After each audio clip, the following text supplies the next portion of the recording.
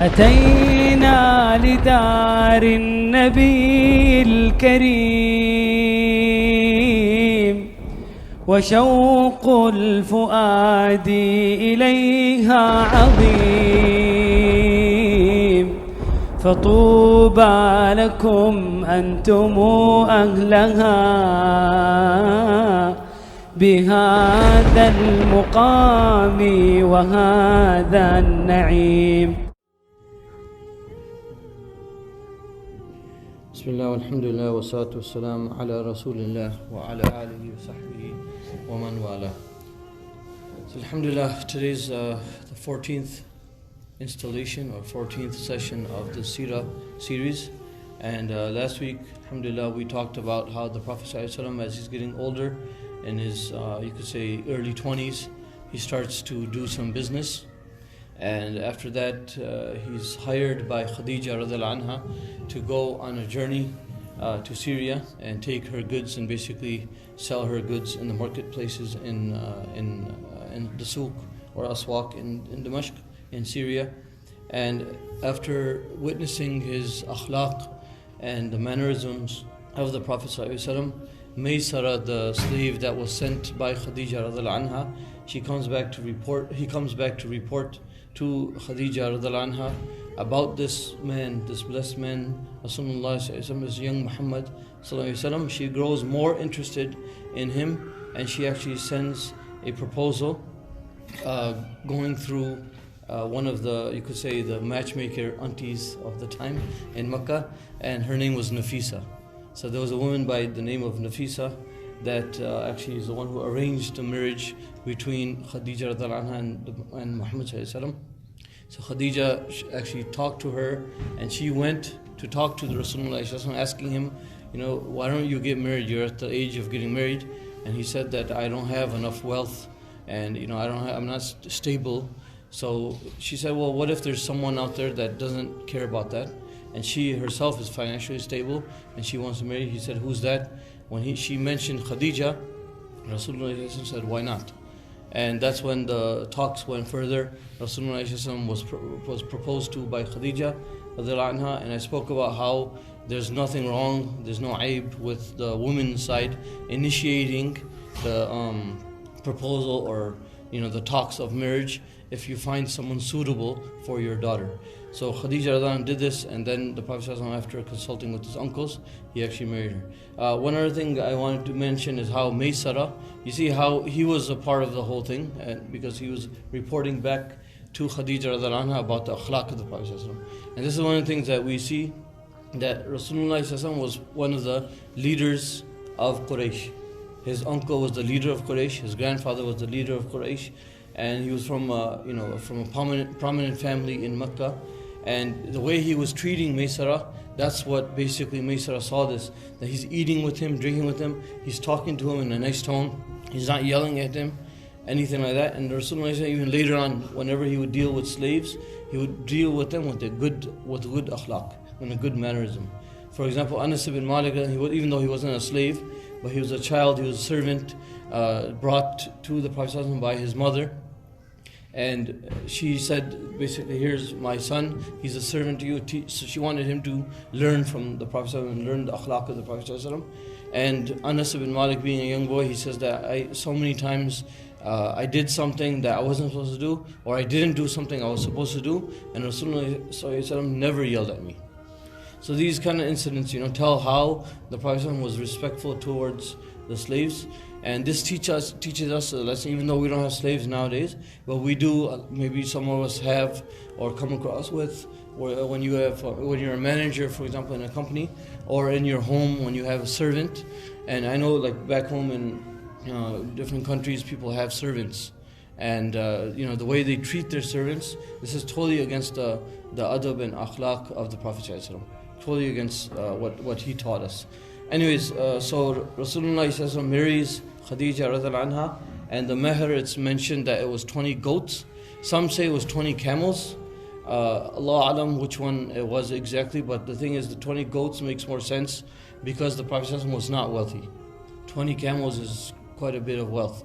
And anyways, the Prophet got this and he gave it as meher to Khadija radiallahu anha. And this is also, this tells us about the meher. It's a gift. When you marry, it's a dowry that you have to give to the wife. And the thing is that we shouldn't make it too hard on the young people to get married, making the dowry so high, like in some places, and you don't make it too low either, so it's like insignificant. But make it a decent amount where you give it as a gift to the wife, and she's leaving her parents, leaving her home to come live with you, so we should make it a good amount, inshallah ta'ala. Khadija radiallahu anha, when she married the Prophet ﷺ, so he gave her as meher, as dowry, he gave her 20 goats or camels, and Khadija radiallahu anha gave him a gift on the wedding gift also, and that was she had a slave by the name of Zayd ibn Haritha. Zayd ibn Haritha radiallahu anhu was a small child at that time, and he was bought by the nephew of Khadija radiallahu anha, Hakim ibn Hizam. And he also later on became Muslim, but he is actually the one who went to Suq Uqad and bought Zayd ibn Haritha and brought him back and gave it to Khadija as a gift. Khadija radiallahu anha in turn gave Zayd as a gift to Rasulullah when they got married. And the story of Zayd radiallahu anhu actually is that when he was small, he was in his village with his mother, with his parents, with his family. And as pre-Islamic times, Jahiliyyah times, there would be raiding, and you just enemy tribes would just come into your village, raid the village, take people as prisoners, take them as slaves. And this enemy tribe came into their village, kidnapped Zayd ibn Haritha, took him and sold him in the Suq of Uqad, sold him in the market as a slave. So Zayd ibn Haritha, being a young child, he came to Makkah as a slave, and he was given to Khadija radiallahu anha, so he was in her care. And then when she got married to Rasulullah, he was given to Rasulullah. And we know that they say it's from Yemen, Allah Alam, but they were Arab. He was from the Arab, his background is Arab, but it was maybe from Yemen side, Allah Alam exactly where, but he was brought there. So Zayd grew up. A few years passed. He's living with Rasulullah, living with Khadija radiallahu anha, and they're treating him as their own son. And you could just imagine the parents, what they went through when they lost their son, a young son. He was in his, you could say maybe 4 or 5 years old or something like that when they lost him, and how much they're missing him, how much they did that. And there's actually some ash'ar, some poems his father would recite. So he would recite these poems and cry and weep because he lost his son. So a couple of years later, some Hajjaj came to Makkah, and being from that tribe or that village, they recognized this boy. And they saw him, so they started asking him some questions. What's your name? Where are you from? He said, my name's Zayd. And told him, and this, different things. What are you doing here? He's like, I'm a slave. I live here and whatnot. He told him everything. And they recognized that this is that Zayd ibn Haritha, the one that was kidnapped a couple years back. So they go back and they tell the father that we have found your son, he's alive and he's well. He's living in Makkah as a slave. And his slave owner, his name is Muhammad. So they go back, and the father and the uncle actually come back. They make a visit to Makkah Mukarramah in like perhaps they can get their son back. So they bring some wealth. And they come up and they eventually get to Rasulullah, meet him, and they ask him that this is our son. He's actually was kidnapped from us a few years back, and he was sold as a slave, and that's how he got here. And we want to take him back. Just name your price. Tell us whatever you want. We're ready to pay you your price. Rasulullah tells him that I don't want your money, and I don't need anything like that. But the thing is, I'll let him go on one condition. Just ask him, the choice is his. Ask him what he wants to do. If he decides to go back, you can take him free of cost. But if he decides to stay, you have to let him stay.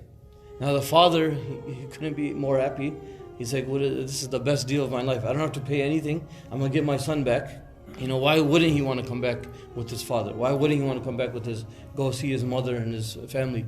And Zayd is brought forward and he's asked, what do you choose? What do you want to do? and he says, I decide to stay here. So he decides to stay there with Rasulullah ﷺ as a slave in Makkah. And the father is like, what's going on? Is like, are you are you crazy? Like, how would you not want to go back with me as a free man? You want to live as a slave instead of a free man with your family? And Zayd ibn Haritha responds by saying that these people treat me like their own son. They treat me like their own flesh and blood. And I haven't met anybody with better akhlaq than this man, than Muhammad sallallahu alaihi wasallam. So he says that my decision is final. I have decided to stay here and I'll come visit you guys whenever I can, but this is my decision, I want to stay here. At hearing this, and everyone's shocked and surprised, like, how could this happen? Rasulullah says, okay, if that's his decision, I'm going to also make a decision. I announce that I have freed him, he's no longer my slave, and I've adopted him as my son. So at that time they would adopt someone, and he said that no longer called Zayd ibn Haritha, but now he is Zayd ibn Muhammad. He is my son. I will inherit from him. He will inherit from me. So this is one of the rules they had pre-Islamic time, and then later on Islam abolished that rule, and then the ayah was revealed, Surah Ahzab, where Ad'u li abaihim, like call them by their parents, by their fathers. So he was called again, his name was changed again from Zayd ibn Muhammad back to Zayd ibn Haritha. Now, Rasulullah keeps him and he gives him the tarbiyah. Again, he's like a son to him. Zayd ibn Haritha mentions in one of the hadith, he says that we were doing tawaf. So this is before Islam. He's doing tawaf with Rasulullah. And remember all these idols, Lat, Uzza, and but these different idols. There was two idols named Isaf and Na'ilah. So these two idols were actually, the history behind that is these two, there was a male and female. They were lovers, and they wanted to get married, but the family did not agree. So they decided that they're going to go and commit zina inside of the Kaaba. So they went, and when they went there, Allah SWT as adhab, as punishment, turned them into stone. So in the beginning, it was a reminder as of punishment, of adhab, as a warning to all these idols that are there, that were humans, and they were turned into stone. But later on, because of Jahiliyyah, they took these same idols and they turned them into gods, and they started worshipping these idols. So whenever they would do tawaf, they would go and touch the idol as a symbolic thing, like worshipping them kind of thing. And Zayd ibn Haritha says, I went to touch them. After I touched them, Rasulullah turns to me and says, do not touch them, these are idols, don't touch them again. He says, he was a young boy at that time, so he says that next circuit, he does it again. He touches the idol again, and Rasulullah in a more stern voice tells him again, I told you not to touch them, don't touch them. And Zayd ibn Haritha says, after that day I never touched these idols again, never even basically gave them any notice again after that. So we see Zayd ibn Haritha, again, the tarbiyah that he got from the Prophet ﷺ. And I mentioned last session about one of the wives of the Prophet ﷺ. So we talked about how Khadija was the first wife of the Prophet ﷺ. They lived together for 25 years. He never married any other woman while he was married with her. And then he married multiple wives after that. And this was a special condition that Allah SWT had given to the Prophet ﷺ. And there were different reasons I mentioned. For example, one of them was Zayd ibn Haritha, his adopted son. There was a pre-Islamic, this Jahiliyyah tradition that when you adopt someone, they become like your blood relative. So they inherit from you and you inherit from them. Also their wife, for example, becomes haram. It's like your own daughter-in-law. But that's not the case, and Islam came to abolish that. So Allah subhanahu wa ta'ala ordered Rasulullah when Zayd had divorced her, he no longer wanted to be married with her. He divorced her, and then the Prophet married her. That was one of the reasons why the Prophet would marry. So we talked about that last week. Zainab bin Jahsh. Yeah. Zainab bint Jahsh radhiallahu anha, and she was actually the cousin of the Prophet. Now, another thing that happened during this time, this is again before Islam. The Prophet ﷺ got married at 25 years, and he's living happily with his wife. By this time they're getting older. They have kids, and the Prophet ﷺ, at the age of 35, another famous incident occurs, and this is the incident of the rebuilding of the Kaaba. So we know that in throughout history, the Kaaba was built 5 times. The first time was Adam alayhi salam was ordered by Allah subhanahu wa ta'ala with the help of the angels. He built the foundation of the Kaaba, and then some type of walls. He built the Kaaba. And in the time of Nuh alayhi salam, when the flood came, that Kaaba was destroyed, and the only remains was the foundations of it. So basically, the second time that it was built was years later, when Ibrahim alayhi salam and Ismail alayhi salam, they moved to Makkah. It was a barren land, there was nothing there. They moved there, and that's when they built the Kaaba again. So that's the second time. The third time was this incident that we're going to be talking about now, when the Prophet ﷺ was 35 years old. And the fourth time was when the Prophet ﷺ had passed away, and Abdullah ibn Zubair, the son of Zubair ibn Awam and Asma bint Abi Bakr Siddiq, he asked his khala, his aunt Aisha radhiallahu anha, and he learned this hadith that the Prophet ﷺ wanted to make the Kaaba to the original. He wanted to rebuild it according to the old construction of Ibrahim alayhi salam. But he said, because of these new Muslims and because there might be commotion and a riot or anything like that, he says, I'm going to leave it alone. So Abdullah ibn Zubair actually rebuilt the Kaaba when it was parts of it was destroyed, when Hajjaj ibn Yusuf and these guys they did that. So he rebuilt it, and then again after that, when Hajjaj ibn Yusuf killed Abdullah ibn Zubair radhiallahu anh, the Sahabi, he killed him, and he took over Makkah, and he actually broke down the Kaaba again and changed it back to the way the Makkans, the Quraysh, built it in when the Prophet ﷺ, this is 5 years before Nabuwa, before the Prophet ﷺ had become a prophet. So those are the 5 times. Harun Rashid, one of the Khulafa of the Abbasids, Banu Abbas, basically the descendants of Abbas radhiallahu anh, when he was Khalifa, he consulted with Imam Malik rahimahullah and asked him that, what do you think, should I demolish it again and make it like the Prophet ﷺ wanted it, like how Ibrahim alayhi salam had built it? Should I do this? And Imam Malik rahimahullah responds by saying to him, Nashadtuka Allah, I ask you by Allah subhanahu wa ta'ala that Allah taj'al hadha al-bayt, don't make this bayt, this house of Allah subhanahu lu'batan lil muluk. Don't make it a plaything or a toy for the muluk.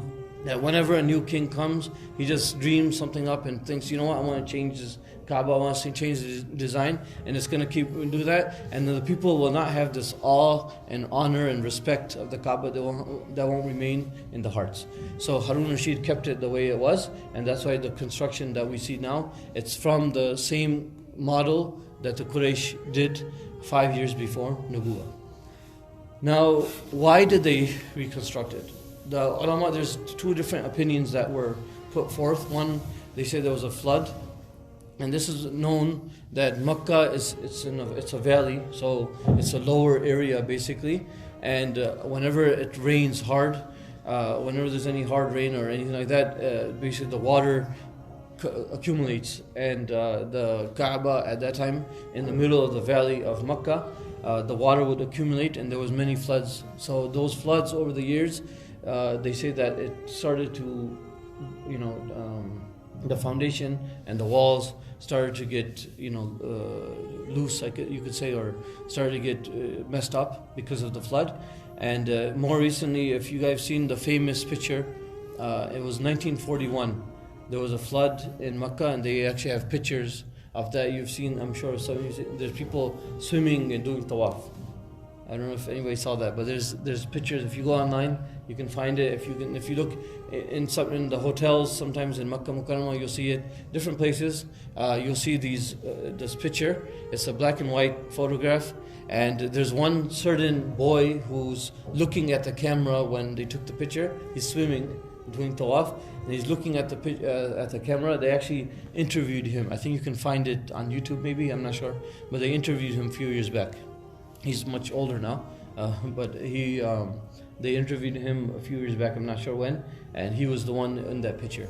So anyways, so that was one of the opinions, that it was because of flooding. Another opinion was that there was a woman who had some bukhur. Even now in the Haramain, you see that people, they go around, they work for the Haram. They go around with bukhur.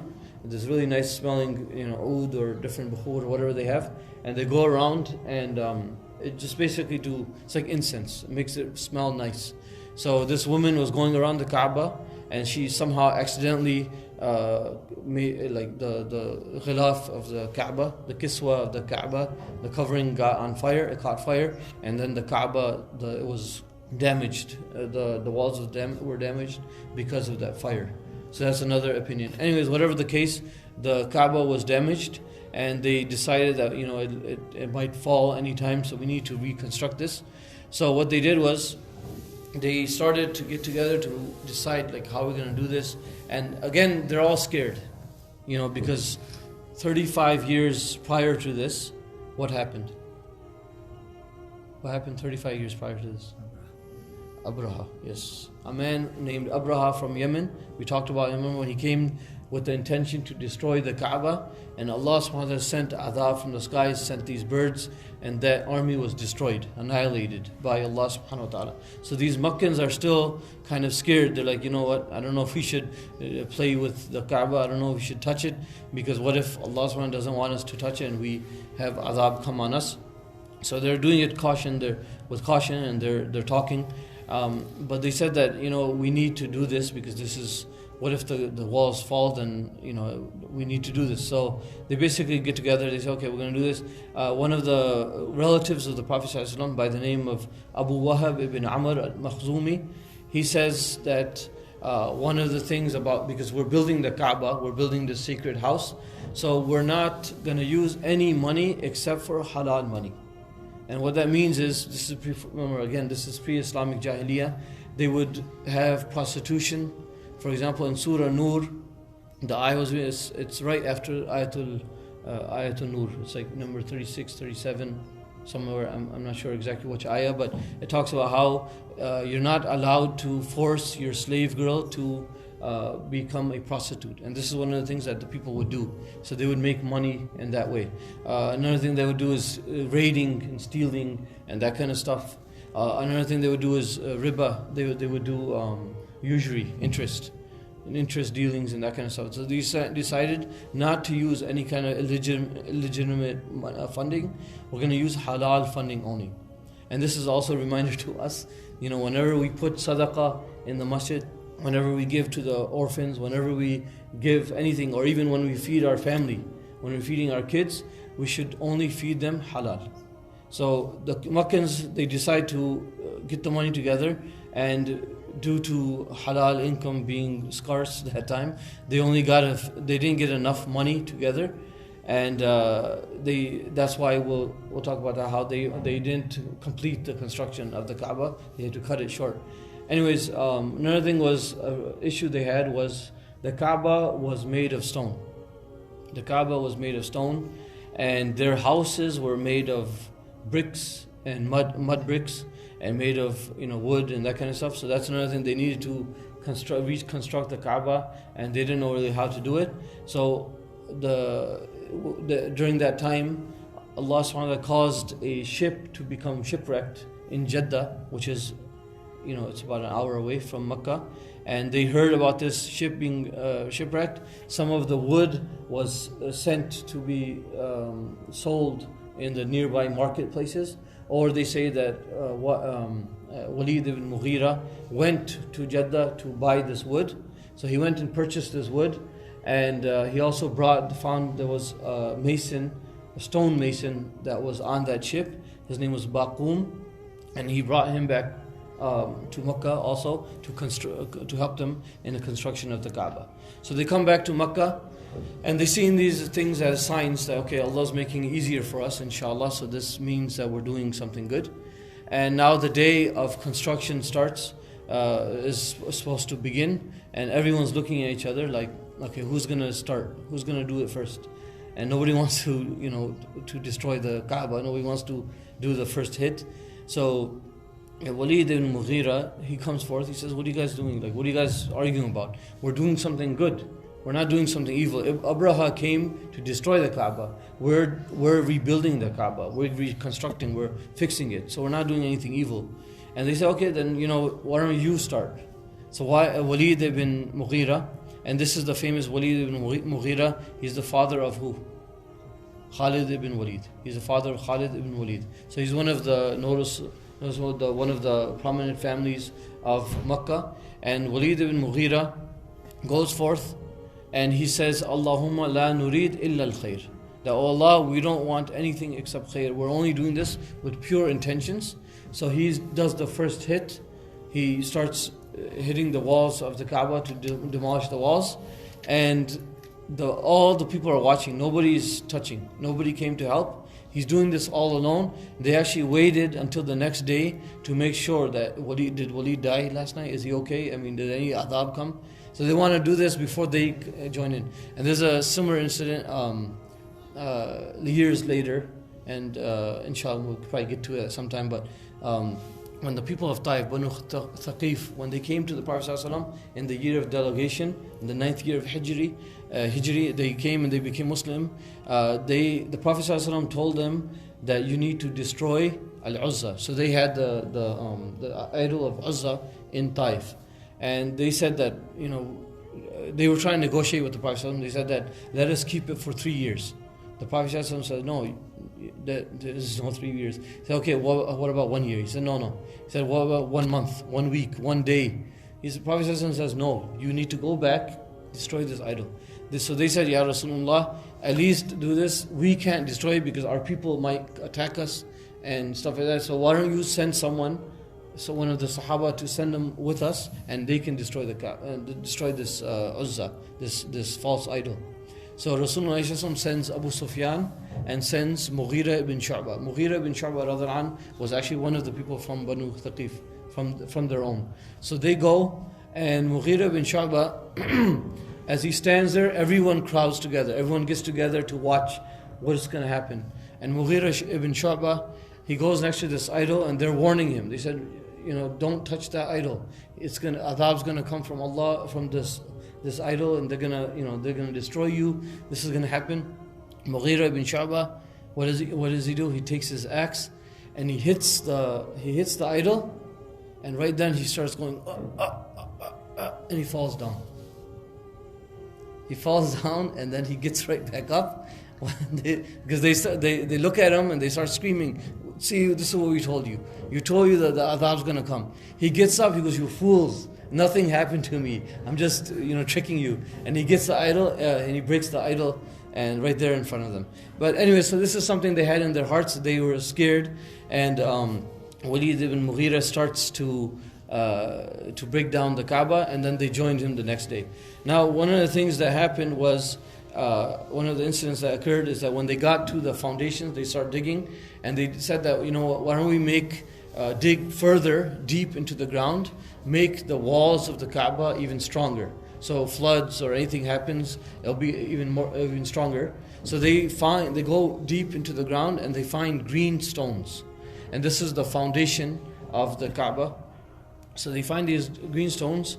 One of them tries to move one of those stones, and as he does, this blinding light comes out, and this explosion occurs where basically the whole of Makkah is rocked. The whole of Makkah is shooken. Okay, it shakes, and they decide at that time that, okay, nothing further, leave it the way it is. Allah subhanahu wa ta'ala does not want us to touch this. So they keep the foundation the way it was, and they rebuild the Kaaba. Now, one of the things, like I mentioned, is that they got the wood from that ship. So they put a roof. Ibrahim alayhi salam did not have a roof. So basically the top of the Kaaba was empty. It was just 4 walls. Okay, and so they bought wood to put a roof over the Kaaba. Also, another thing was because the money was short, they didn't have enough funds. So when they were building the Kaaba basically was 3 walls, and then the 4th wall was like a semicircular wall. So it wasn't like a cube; it was just like a semicircle at the end on one of the walls. So what they did was they didn't have enough funds to rebuild all the way that Ismail alayhi salam had built it with his father. So what they did was they actually cut it short and they marked that area, and that's what we know as today as Hijr Ismail or Hatim. That's the semi-arc. You see that those marble thing. It's a raised like a wall, semicircle wall, and you see people going in there to pray. And that's actually from the original original Kaaba, where the original Kaaba goes all the way to that semicircle. So if you pray inside that semicircle, it's as if you're praying inside the Kaaba. So they stopped it short. They marked that area, and they made the fourth wall. They basically made the Kaaba into a cube. Another thing, what they did was the door was lower. There's two doors. So there was one door to go in and one door to go out, and they were to the floor. So it was easy for anybody to get access. You can go inside and come out. What they did was they made the door high, like as you see today. It's high, maybe about 5 foot tall, I guess you could say, maybe 6 foot tall, or something like that. It's pretty high, and you can't. They did that on purpose. And the reason why is so they can have control over who goes in and out. So they wanted to have control over this. So they made it like that, and they only made one door instead of two doors. So they made it high and they made it one door so they can have complete access and control over who gets inside and who goes in and out. Now the last part, when they were building the Kaaba, the last part, so every tribe got a piece, a wall or something that they had to do. When everything was done, the last piece of the puzzle, you could say, the last piece of the Kaaba that was supposed to be put back in its place